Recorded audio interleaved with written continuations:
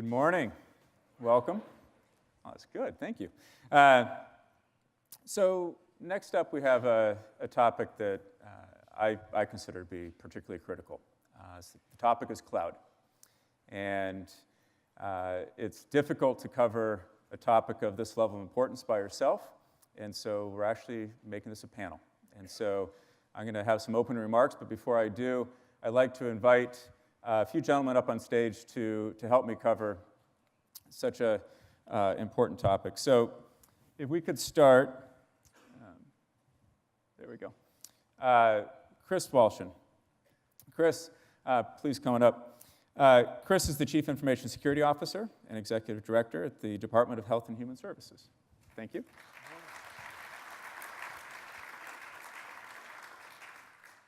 Don Freese. Don is the Deputy Assistant Director, Information Technology Branch, the FBI. Thanks, Don. Jay Huie. Jay is the TTS Secure Cloud Portfolio Director at the U.S. General Services Administration. And Peter Kim. Peter is the Chief Information Security Officer, United States Air Force. Thank you very much. So, please, you can sit down if you want. Thank you. I feel honored to be here with the four of you to cover this important topic. You can't really go anywhere without hearing cloud as a topic. I think half the time you hear about it, and the cloud is the most magical, wonderful thing ever invented. The other half of the time, it's the scariest thing that could possibly be thought of. And then the other half of the time, do your math, the other half of the time, not even sure people are talking about the same thing, just talking about cloud because it's this wonderful word. I think it's more nuanced than any of those views. And so that's why I think it's particularly helpful to have these gentlemen here to kind of talk through it. Also, I think it's really important as we think about IT modernization. It's difficult to think about that without the use of cloud, and it's also difficult to think about automating cybersecurity without thinking about the use of cloud technology from a scale and leverage perspective. So what I'm going to try to do with this panel over the next 30, 35 minutes, and we'll leave time for Q&A at the end, is to try to talk through both the advent of cloud as a mechanism for delivering and deploying applications, but also how we can leverage the cloud to better enable cybersecurity and automation. All right? So with that, I'm going to take a seat as well. Maybe Jay, we can start with you. Okay. And because you have an interesting perspective, sort of cross-agency. Well, one, maybe introduce yourself and your role, but very interested to hear how you're thinking about cloud and how you're seeing cloud being used to transform both IT as well as security. Sure, that's a good question. So I'm Jay Huie. I'm the Secure Cloud Portfolio Director at GSA, as it says behind me. And that's a lot of words, but ultimately I look at it as my job is to help agencies adopt cloud. It's that plain and simple. Way back 2011, people said they didn't want to adopt cloud because it wasn't secure, right? There was this uncertainty around security from commercial services. And so the FedRAMP office, which probably most of you know, and I'll spare you the description unless you really want it, but that was stood up by my friend and colleague, Matt Goodrich. He's the director of that organization. We have a wonderful team that helps certify cloud service providers as secure. And so my premise is, like, we've solved security, and my question is, what are the next barriers? And everyone will throw out adoption and acquisition, the rest of those challenges, right? But we have 90 certified cloud service providers that are amazingly secure at an amazing cost point, right? And I think that's proof of industry's innovation and ability to deliver on some of the federal government's unique security requirements and challenges. So when I think about security, and you've got it in the term, right, it's dynamic, right? It's not just a word, it's sort of a way of life that we have to all realize that we're embracing. The traditional data center environment made it really easy for somebody to say, well, that's in my walls, and I can just stop sort of thinking about where my infrastructure is. But now with cloud and the mission, right, you have to worry about these things moving across clouds in this hybrid fashion, not just the systems, but the data, the information, and so forth, right? And it's a big barrier. Back to kind of your comment, like cloud can seem like the most amazing hype and also the most terrifying leap of faith. And I think it's because of that. It's because there's this layer of nuance that we have to dive into. So what I really see across agencies is this shift. Maybe 5 years ago, it was really easy to look at cloud and say, well, I have a billion-dollar data center. I'm just going to do a billion-dollar cloud migration, lift and shift it, or whatever. And so I really think about the dynamicism, is that a word? And the hybrid factor, right? We're moving to this world where it's just recognized you can't get to the cloud unless you have IT equipment on-prem, right? So by definition, that's this horizontal hybrid. And also, I think it's starting to be more recognized that you can't really use a cloud service without other cloud services, right? You might need telecom, right? You might need other security services. You might need email from one cloud service provider just to have a system in another, right? And so we're starting to embrace this extra level of nuance and really drive, thanks to our partners in industry, a greater understanding of what our systems actually need, require, and do. Yeah, fantastic. Pete, maybe you could Sure. introduce yourself and also talk about your views on cloud and Sure. So I'm Pete Kim. I'm the Air Force Chief Information Security Officer. 670,000 personnel touching networks, cloud, mission systems, about 700,000 endpoints to secure. So when it comes to security and moving to the cloud, that's something we took very seriously. So I'll just mention a couple things that we're doing in the Air Force with regards to everything Jay said. So recently partnered with GSA to let a $1 billion contract. There's recognition in the Air Force that we need to move into commoditized software as a service. The cloud obviously offers a lot of great benefits in terms of enterprise services, collaboration, security, so we want to take advantage of that. So the cloud-hosted enterprise services contract was just let last month. It's a $1 billion contract with Dell EMC, General Dynamics, and Microsoft to provide email, office, collaboration services, storage, and so kind of lifting and shifting that workload off Air Force data centers and pockets of excellence into the cloud is something that we really wanted to do. We actually started the journey about 2 years ago in 2015 with something called Collaboration Pathfinder. And like many of you out there and many of the panelists, we kind of feeling our way through the cloud. How does this work? How do we set up the security stacks? How do we do the security right and the level of privacy so that we don't have a major breach and unintended kind of second order effects? So we learned a lot from that experience, and then 2 years later here, we're with this thing called Chess. It's a $1 billion contract. The other thing we're doing is common computing environment, so doing a lot of work and basically leveraging the power in Azure and also Amazon Web Services to basically give our mission folks, here's the template, here's the kind of menu items of what you need to do to go to the cloud. It's set up for you. Just start moving your applications into these secure environments. So that's something that we've worked really hard on for the last 12 months, and I think there's a lot of good fruit now. A lot of the folks that have mission applications aren't as cloud savvy, so we felt that we had to give them some help and say, here's the environment, go move. And so it's working out very well for us. fantastic. Yeah. Chris? HHS, what a great time to be in federal IT security and healthcare cybersecurity, and I get to lead that organization through this journey and down this path. HHS has a unique 360-degree view of cybersecurity, not only across our department, but leaning in as the sector-specific agency to the healthcare vertical. HHS is a FedRAMP cloud authorizer along with GSA. We have in our portfolio Amazon, Salesforce, and a few others. And our CIO, Beth Ann Kaloran, is directing the department to move aggressively into the cloud. We need to reduce the number of data centers that we operate. We need to reduce the number of legacy IT applications present in those data centers so that the timing of the MGT Act to invest in modernization could not be better for HHS. Think of our operating divisions, the Food and Drug Administration, Centers for Disease Control, National Institutes for Health, NIH, CDC, CMS, the Indian Health Service, all large independent organizations, thousands of customers and stakeholders in all 50 states. HHS touches each and every one of those. Let me give you a few facts and figures. Our budget last year was $1.1 trillion. We're the largest grant-making agency in the federal government.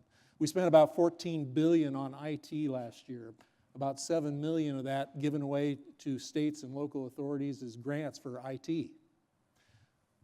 The other $7 billion we spent internally across HHS, and about $315 million of that on cybersecurity. About 80% of our budget is spent towards keeping legacy IT alive and on the right side of an incident. By that I mean the respond and recover. Moving to the cloud would allow us to shift that spend over to the left side of an incident, the detect, prevent, and identify cybersecurity threats. That's where we want to move our cyber investment, our IT investment. And our CIO, Beth Kaloran, has corralled the CIOs of all those operating divisions, got them to sign on the line saying that's what we're going to do. So we're moving to the cloud. HHS production systems, there's about 20% in cloud service providers right now. And we have an aggressive goal to move another 20% in the next couple of years. And let me leave you with one data point. Our OIG, our Office of Inspector General, has embraced the cloud, and they've moved their email and their sensitive data keeping to the cloud. So when an organization tells me, well, I'm not really sure about the cloud, I don't think I can move there, I don't think the IG will support it. The answer is no. The IG is already there. So we have the motivation, the time is right, and that's where we're going. Fantastic. Don? Sure. Mind? Thanks, Lee. Good morning, everyone. Don Freese, and representing the FBI today. And similar, we're customers and partners with all the folks that are sitting up here, whether it's in investigative capacity, intelligence early warning capacity, or merely consuming FedRAMP products. Well, I'm with the Enterprise Services Division, let me say that first. So we're on the implementation side of the CIO house. Our CIO, Gordon Bitko, has rightfully established a cloud-first policy, and we're driving towards that direction, very similar to a lot of the other facts and figures that you've heard this morning. Really, we're above just 80% just on our O&M of legacy networks, and so that drive towards cloud is very important for efficiency. Some of the challenges that we have that are a little bit different from some of the other folks sitting up here are the facts that we have to maintain a great deal of data in an evidentiary capacity. So that evidence, whether it's in nation-state threats and intrusions or criminal activity collected around the world or in the United States on the continental side, we've got to keep that in a pristine format for work in federal different cases. However, we've got to also be able to do analytics and run those against cases and make sure that we're informing not only our partners but protecting the United States at the same time. So the cloud applications can really help us to increase analytics, but at the same time we've got to balance and have a hybrid solution to make sure that we're not spending too much just on continuous analytics, but we're also providing network analytics to other analysts and partner agencies around the world 24/7. So there's a lot of dynamic properties to what we're trying to do. As we start to look at the security of each one of those things, they fluctuate because one of our data points is, and the way we're structured is 3 different separate enclaves, all the way up into the top secret network that we work with DOD and all the other intelligence community agencies with.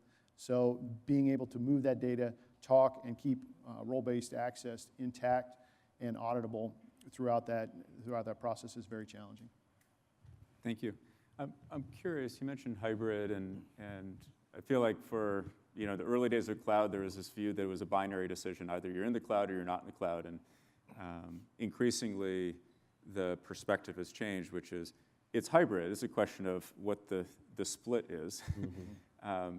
How nuanced is the decision criteria around assessing risk and deciding what's in the cloud versus what's on-prem?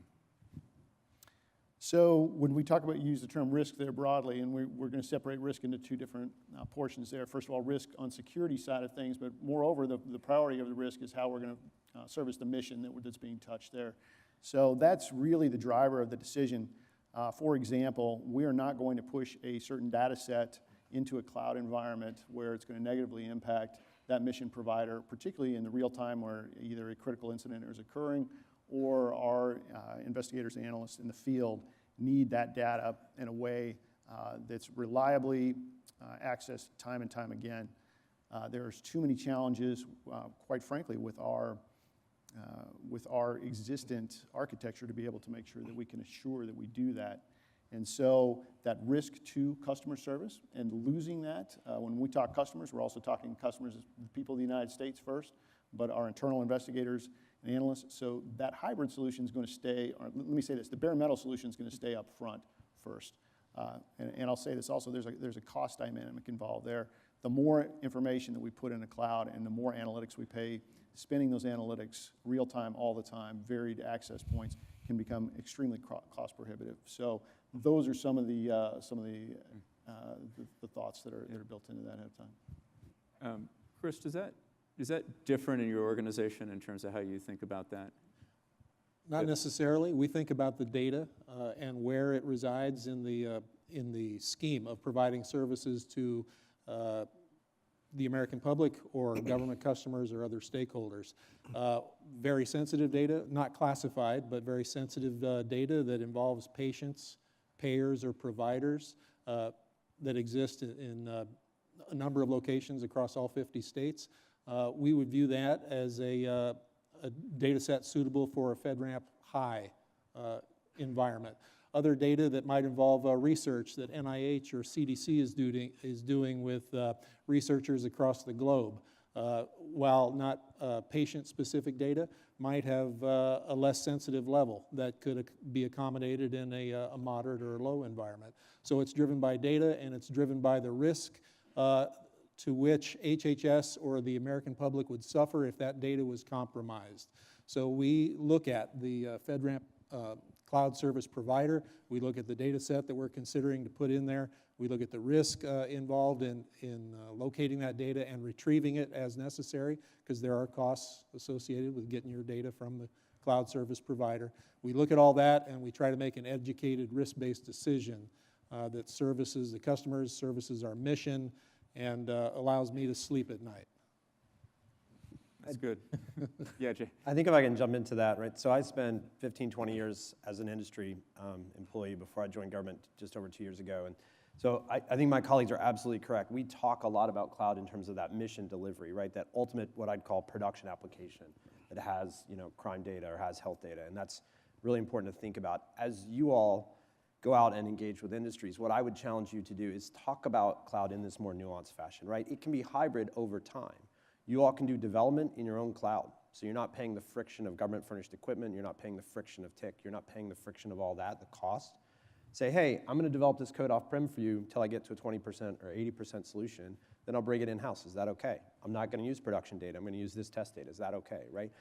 For me, this is part of the nuanced discussion around hybrid. It's not just, am I operating this production environment either on-prem or in the cloud or a hybrid? It's over time, are we going to mature what we do? Right? And I think that's something you all can take out to agencies and start to think about that nuance. Thank you. The other discussion around hybrid also from what I'm dealing with is actually the security and defense of the environment and the data. So DoD and the Air Force is working through some break the glass models on how we approach security in the cloud.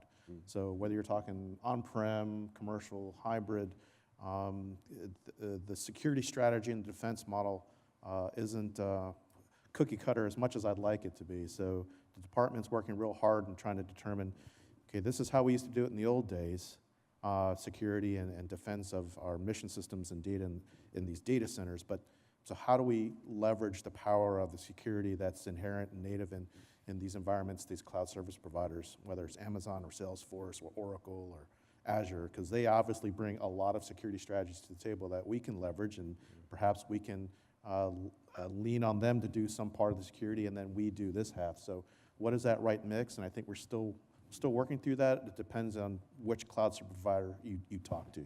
So those are some of the challenges that we're working through right now.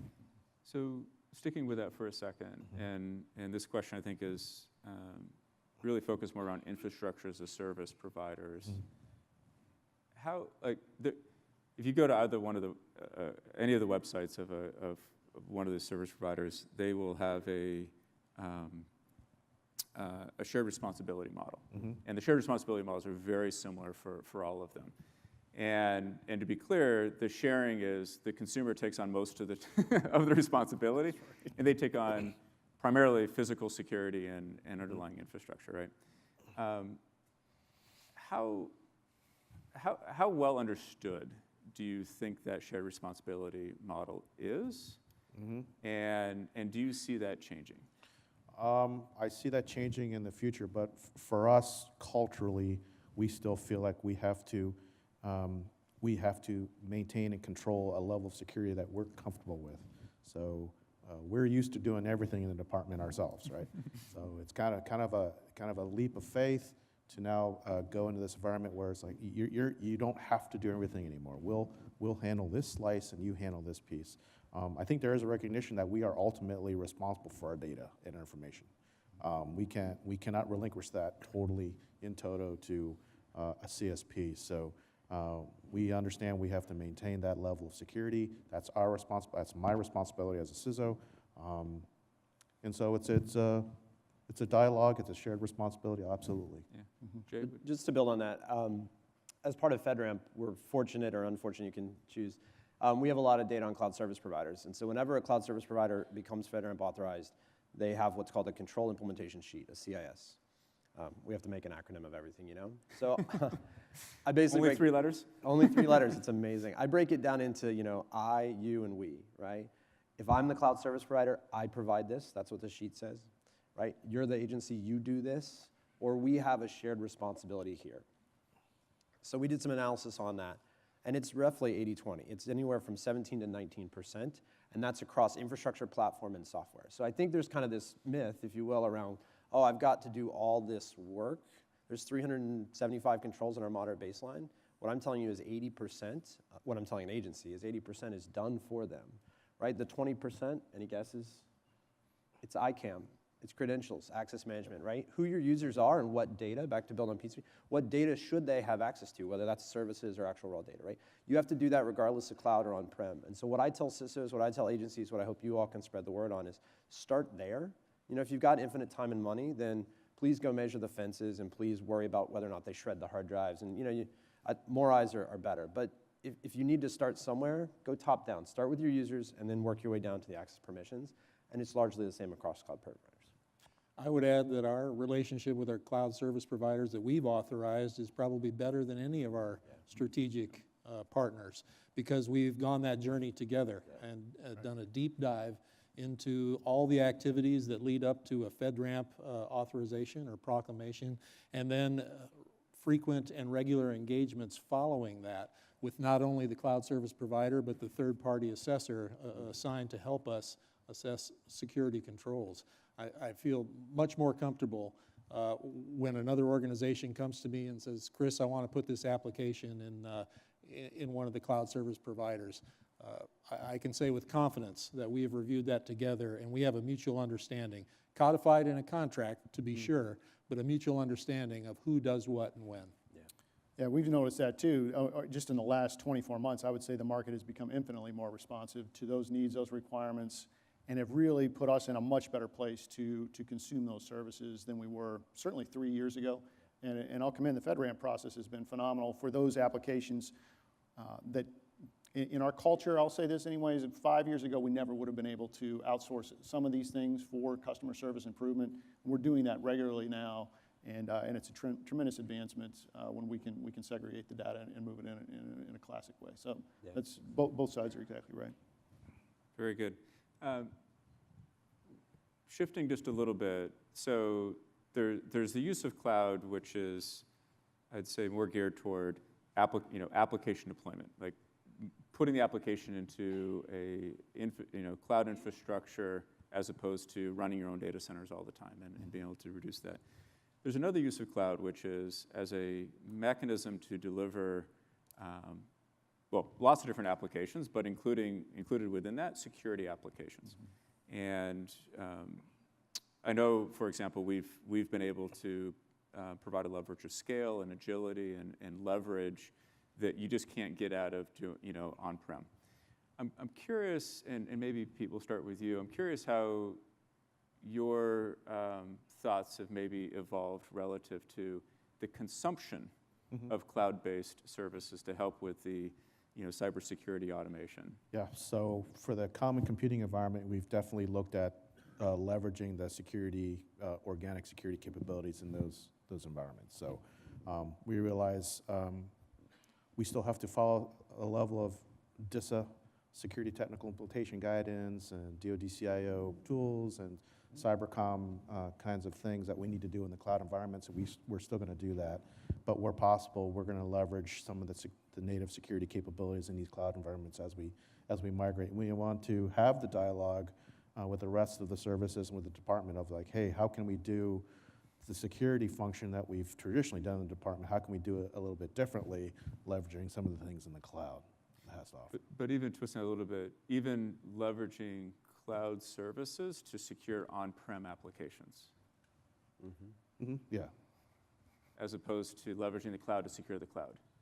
Oh, okay, I get what you're saying. Yeah. It's like you're speaking in tongues. No, absolutely, absolutely.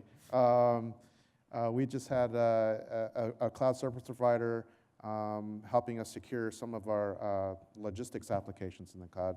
They actually performed a lot better than we could have done ourselves. So actually, this cloud service provider actually did very well. There was some kinds of malicious activity going on. They were actually the first ones to alert us on this, and they've done it a couple other times. And so that was kind of an eye-opener for us. This was a few months back. It's like, wow, they're actually pretty good. They're actually on their game. So that was kind of a, maybe we should do more of this and trust them more with our applications and mission systems. I've talked to Deputy CIO, and that's definitely a new paradigm he's pushing within his organization. The realization that it's not a matter of, oh, I've got my cloud services and they all have to log back home, right? Because you're just increasing the bandwidth and spending a lot of money on costs that you just don't need. And instead, you can have these, you can either sync your on-prem data to the cloud and start doing analytics there, right? Or you can have these cloud-based tools kind of reach into your environment and provide, I think back to Pete's point, some really great security enhancements. Yeah. Is that something that would have been even considered a few years ago? I'm curious of the trajectory that that's on. I think it's pretty groundbreaking. Yeah, I would say not in our context, and also we haven't crossed that Rubicon yet because of the callback and the data share, even the metadata that's potentially shared. Let's say it this way, isn't understood well enough yet for us to actually get there. However, looking at and working with the corporate partners and other folks that we do look at, see tremendous advancements in that area, and tremendous advantages just in the information sharing context that so many of us struggle with between the federal and the private side, which is a different subject I understand, but that is a true force multiplier for the corporate world and for those who can consume those resources in cloud environment. I think just to build on Don's comment, it's sort of a call to action, right? Many of you probably have on-prem products and cloud-based products who are moving that direction. Like, help us, the federal government, understand. Right. When you say something calls home, like, show us the data, what it is, right? Is it an IP address or is it 10 gigs of our file system? We kind of need to know that in order to get that comfort. And just the specificity needs to be at a solid data science level where it's independently verifiable. Let's just keep that in mind. That gives us a sense of where we can at least get it to a talking point about that. And most of the offerings don't do that right now, and understandably so. Our requirements are a bit cumbersome for some of that, and I understand that. But that can help us to help you. I'm a big fan of security as a service. 5 years ago, it wouldn't have encroached in government operations. We feel like nobody knows our environment better than us. Nobody knows our security vulnerabilities better than us. We should keep that close hold. My thinking has evolved, and I believe the industry has too. I can't hire and retain enough qualified cybersecurity personnel. They're being cherry-picked from my friends here on the panel and from industry. So if I can't hire or retain qualified federal government employees who are cyber experts, I need to hire them either from contractors or as a service. So I think you're going to see the government security model evolving because it's not just HHS having that issue, it's every organization in federal government. I think that might be every organization in the world. Yeah. Well said. I think doing everything with people and then trying to scale that, it can't continue, right? Mm-hmm. So we've talked quite a bit about technology. I'm curious to get your thoughts on sort of the human element of all of this. And the question I had was how you actually communicate up the chain of command. But as I sit here, I'm actually almost more curious of how you communicate down the chain of command as well, to the folks that actually have to go implement these things and ultimately are sort of, they're signing up for the security measures that they're putting in place and operating on a day-to-day basis. So in either direction, if you have a preference, whether it's communicating up the chain of command to get buy-in, or communicating to the teams that are the day-to-day operators and actually getting their buy-in that this can be accomplished. I would say the modern-day CISO needs to be a communicator first and foremost. This person needs to be able to communicate business risk to the C-level folks in different operating divisions so that they understand the risk that cyber vulnerabilities present to day-to-day business operations and how investment in cyber risk can reduce that risk. At the same time, the CISO needs to be able to talk to system administrators, division directors responsible for various cyber units to understand the technical details that are coming forth from the people on the ground, the people with their hands on devices or working with cloud service providers, and be able to transfer that knowledge both ways. And for the department, it helps when it's a top-down directive. So the Deputy Secretary of Defense recently signed a memo last month calling for acceleration into the cloud. There's different phases of that operation. He put Defense Digital Service, Chris Lynch, in charge of phase 1. And there's a couple of the phases following that, but there's a recognition in the Department of Defense to move rapidly into the new state-of-the-art environments. We can't keep holding on to our legacy infrastructure and old ways of doing business. So. And our undersecretary and our vice chief of staff signed a memo in January saying it's a cloud-first policy, and then we'll move to these environments as quick as we can, securely. Yeah, Jay? I think one of the ways I try to communicate this, right, there's a oft-used refrain in that security and compliance are not the same, right, and one is somehow subservient to the other. But I try and convince people that security is the sum of all parts, right? Good code, good products, good practices, good processes, the oversight, the audit, all of those things. So whether it's up the chain and down the chain, you have to show how these sum together to make the enterprise better off. And that conversation, I think, really allows people to move forward because you can start to weigh those variables in the equation. Yeah.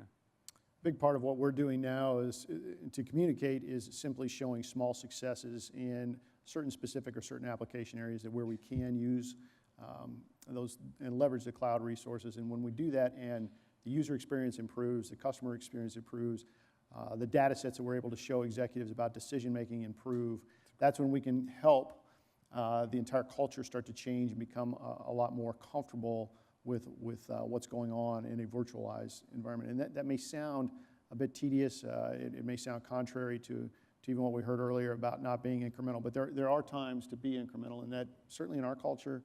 And again, what we're dealing with in maintaining data sets in a certain pristine example while using copies of the data sets to do analytics is very important, as well as our oversight structure as we work with Department of Justice and other teams within the government to really change paradigms for how evidence is maintained, how evidence is used, and how it's presented are challenges. But those small incremental wins with different cloud services have been very good at really changing perspectives. So that's been helpful. I will mention one thing that you brought up earlier, Lee, and that was the idea of cloud being magic, and that's also very difficult for those of us on the implementation side because there are large groups and teams, especially at high executive levels, who believe that you should just be able to do this, and it's not how that works, and so it's very challenging. One of my former mentors and bosses is here in the audience. I think Jim Trainer's here, and he really went through and led us through some real challenging areas in first looking at cloud applications. And he was visionary in that context in that he knew that there was a lot of heavy lift that it took to get from one place to another. So he didn't put us in a forcing mechanism point of view where we had to do something under circumstances that weren't tenable. And so I use that as a model oftentimes to say, hey, look, let's do Pathfinder work first. Let's prove the concept before we pretend that we can serve all these customers worldwide in our context and do it effectively. Right. That makes a lot of sense.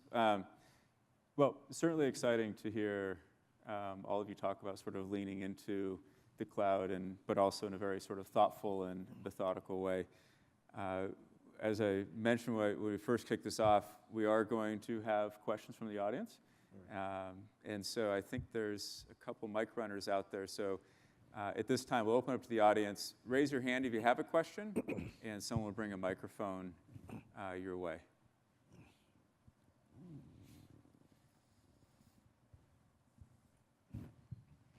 No question. Hello. Hi. So this is a question for all of you.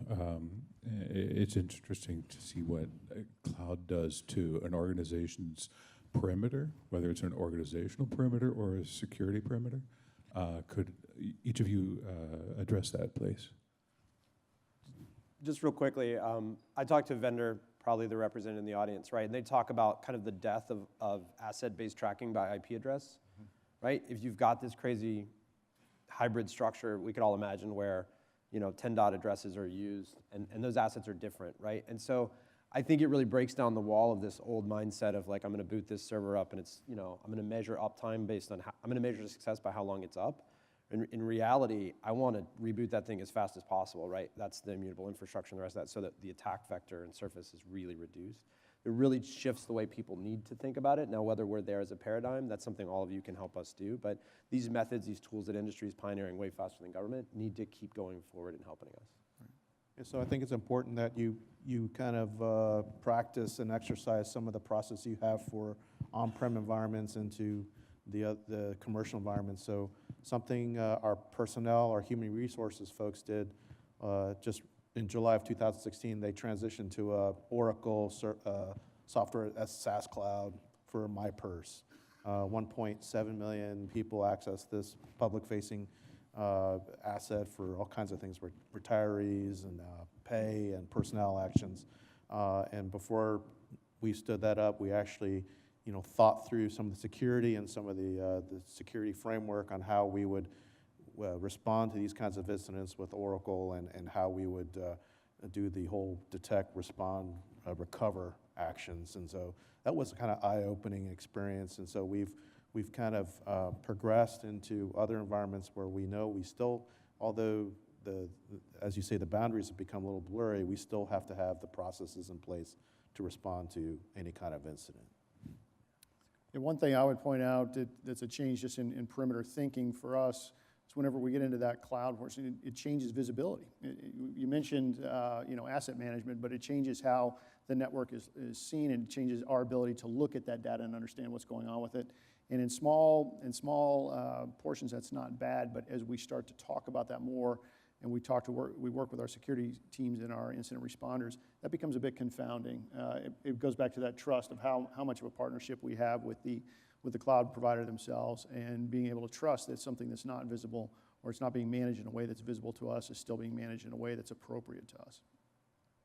We view the cloud service provider as another division, a tab hanging off of our infrastructure, and they should subject themselves to all the cyber hygiene that the premise-based equipment does. Is the cloud service provider a member of an information sharing organization? Are they aware of the threats to their environment? Are they treating their profit and loss, or their patching statement, like their profit and loss statement? Because if you don't pay attention to patching, it's going to affect the profit and loss statement. And finally, and most simply, are there system administrators, the people touching the government data, being subjected to two-factor or multi-factor authentication?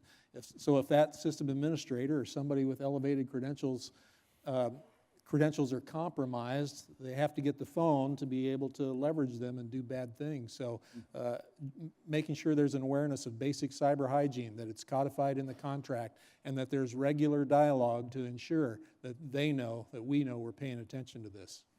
Yeah.